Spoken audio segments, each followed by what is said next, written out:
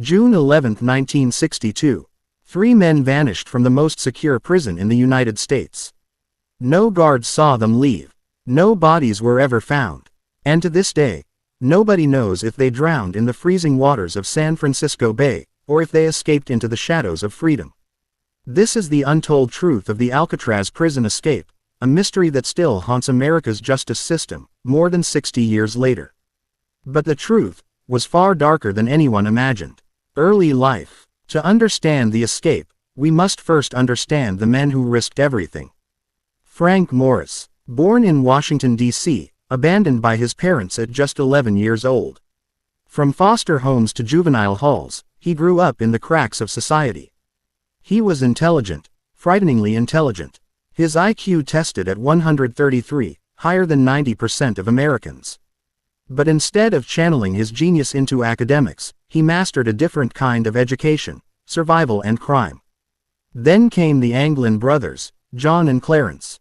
Born into a family of 13 children in rural Georgia, raised during the Great Depression. Their parents were poor farmers. As kids, the brothers were inseparable.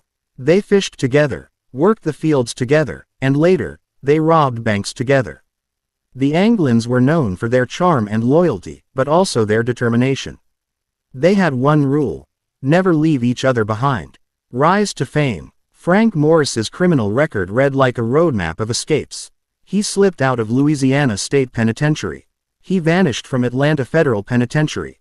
Each time, authorities recaptured him, but his legend grew. The Anglin brothers followed a similar path.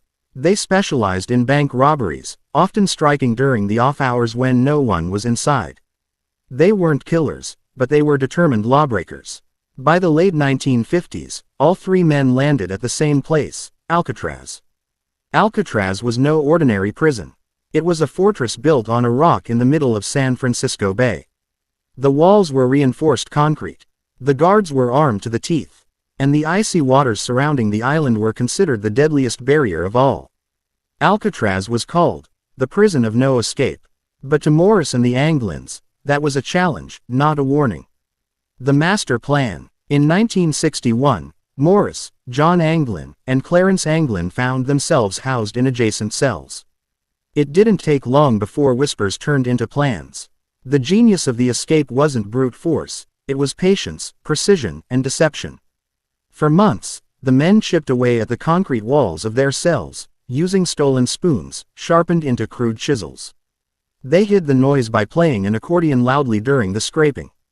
And behind those walls was a dark, forgotten utility corridor. But the real masterpiece, the dummy heads, sculpted from soap, toilet paper, and real hair stolen from the prison barbershop. Each night, the men placed the heads on their pillows, tucked in their blankets, and pretended to sleep, while they were digging their way to freedom. It was genius. It was madness. And it almost worked too perfectly. The escape night. The night was unusually cold. At lights out, the prison fell silent. One by one, Morris and the Anglins crawled through the holes behind their cells, slipped into the darkness of the utility corridor, and climbed up a 30-foot wall of pipes to reach the roof. From there, they crossed the prison grounds, and descended to the shoreline. Waiting for them was their final invention, a raft, stitched together from over 50 stolen raincoats, waterproofed with glue from the prison workshop. By morning, the guards discovered the horrifying truth. Morris's bed was occupied only by a dummy head, its painted eyes staring back. Coldly, panic spread through Alcatraz. Sirens blared. Searchlights tore across the bay. But it was too late.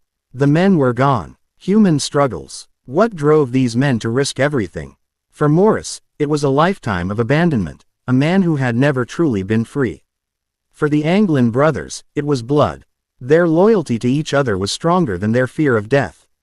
Witnesses later recalled how, as children, the Anglins loved swimming in icy lakes. They could hold their breath longer than most kids.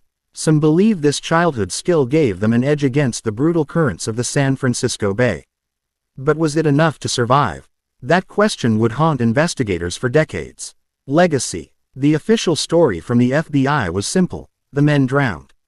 The waters were too cold, the currents too strong.